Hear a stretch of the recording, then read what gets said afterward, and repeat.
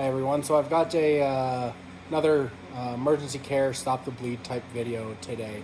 I was teaching some sheriff's officers in my county CPR today, and I just happened to be looking around on their belts, and I noticed a few of them had CAT tourniquets, which I'm all for. I definitely should be carrying CAT tourniquets, especially if you concealed carry, or if you're in a situation where you might need to. When I was in EMS, I carried a tourniquet on my belt. I carry a tourniquet on my fanny pack, hip pack, whatever you want to call it, in my day-to-day life as an athletic trainer. So I definitely think that we should carry tourniquets in areas where we're going to have lots of potential for major injury. So, and I noticed something. I noticed that their CAT tourniquets are stocked like this. Anybody know what's wrong with this here? There's actually a few things that are wrong with this.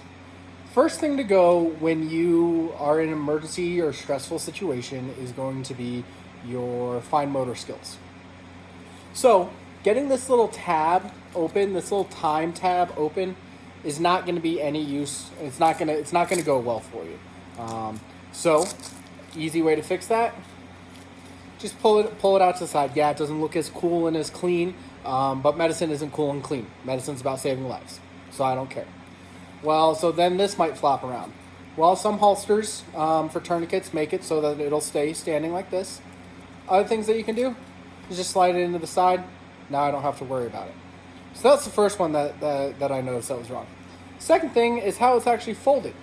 If you look and see how it's folded, if I open it up, I have maybe a 6 to 8 inch hole here. That's not going to fit over my leg itself. That's not going to fit over really anybody's major arteries in their thigh unless they're extremely small. It might fit over my arm, but it's not going to do me any good. So the way that I recommend that you fold and stage your tourniquets are you take your tourniquet completely out like so. Following this back part here, I'm going to fold it down until I reach this plastic clip. Once I reach that plastic clip, I'm simply going to fold it upon itself. I'm going to continue that pattern up and down a few times. Now once I get to the point where I've got 4 to 6 inches left of the strap, that's what I'm going to then feed through the little buckle and fold it up. So now, not only is it just going to fall apart when I let go of it, but now when I pull it apart, I've got a much, much bigger loop to stick it through, to stick the limb through that I would need to, and I don't have to unvelcro 12 inches of loop. I just have to unvelcro this 2 to 3 inches of loop and then pull tight. So it's pretty simple to, it's pretty simple to do these minor changes in your CAT tourniquets. And you have to remember, major blood loss, time is key, right? So if I'm going to lose time by taking off that strap, if I'm going to lose time by readjusting this strap, that could potentially be somebody's life.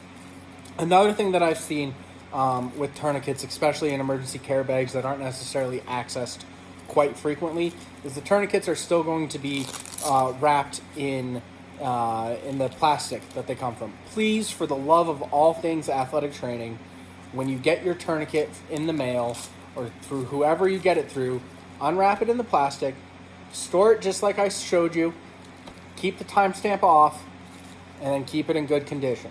These things are tough. You don't need to worry about them getting super dirty or wet or damaged because they're out in the elements or anything of that nature. Yeah, it's something to think about, and you should probably check it, but if it's out in the weather, it's plastic and fabric. Nothing bad is going to happen from a few hours every day out in the weather. So great tips to keep your patients alive. God forbid you actually need to use a tourniquet.